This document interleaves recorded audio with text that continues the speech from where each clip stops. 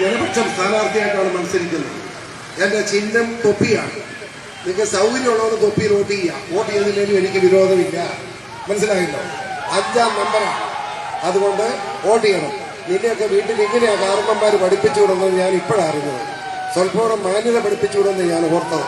കാരണന്മാർ നന്നായാലും മക്കൾ നന്നാവും. അതിനുവേണ്ടി ഞാൻ അള്ളാഹുവിനോട് ദ്വാ ചെയ്യാം, നിന്നെയൊക്കെ നന്നാകാൻ വേണ്ടി.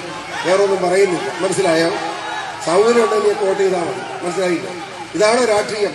ഇവിടെ ഒരു സ്ഥാനാർത്ഥിക്ക് വോട്ട് ചോദിക്കാൻ അവകാശമില്ല. ഇലക്ഷൻ കമ്മീഷനിൽ പരാതി കൊടുത്താൽ നീയൊക്കെ ജയിലിൽ പോയി കിടക്കും. തിരക്ക് മനസ്സിലായോ? എന്റെ മര്യാദ കൊണ്ട് അത് ചെയ്യാത്ത. മനസ്സിലായോ? വർത്താനം പറയുന്നു. എന്നെയാ പേടിപ്പിക്കുന്നത്. ഞാൻ ഈരാറ്റുപേട ജനിച്ചു വളർന്നവനാടാ. ഞാൻ എവിടെ പോകാനാ? ഈരാറ്റുപേടയിൽ ജനിച്ചു വളർന്ന് ഞാൻ എവിടെ പോകാനാടാ? ഇവിടെ തന്നെ കിടക്കും. മനസ്സിലായോ? നീ എന്താ ആര് നേരെ പറഞ്ഞാൽ ഓടുന്നവനല്ലേ ഞാൻ? ആര് പോയാൽ ഓടുന്നവനല്ലേ ഞാൻ? ഇതിന് മുമ്പ് കൂടിയിട്ടുണ്ട്. മനസ്സിലായോ? ഇങ്ങനെ തന്നെ പോവും. മനസ്സിലാക്കിയോ? പിന്നെ വർത്താനം പറയും. ഓടാവുന്നു. നീ ആരെ പേടിപ്പിക്കാം വേണ്ടി വർത്താനം പറയുന്നു. അപ്പോ നല്ലവരായി നിങ്ങൾ സന്മനസ്സുള്ളവർ എനിക്ക് വോട്ട് ചെയ്യണം എന്ന് അഭ്യർത്ഥിച്ചുകൊണ്ട് എന്റെ എളിയ വാക്കുകൾ ഉപസംഹരിക്കുന്നു. നന്ദി, നമസ്കാരം.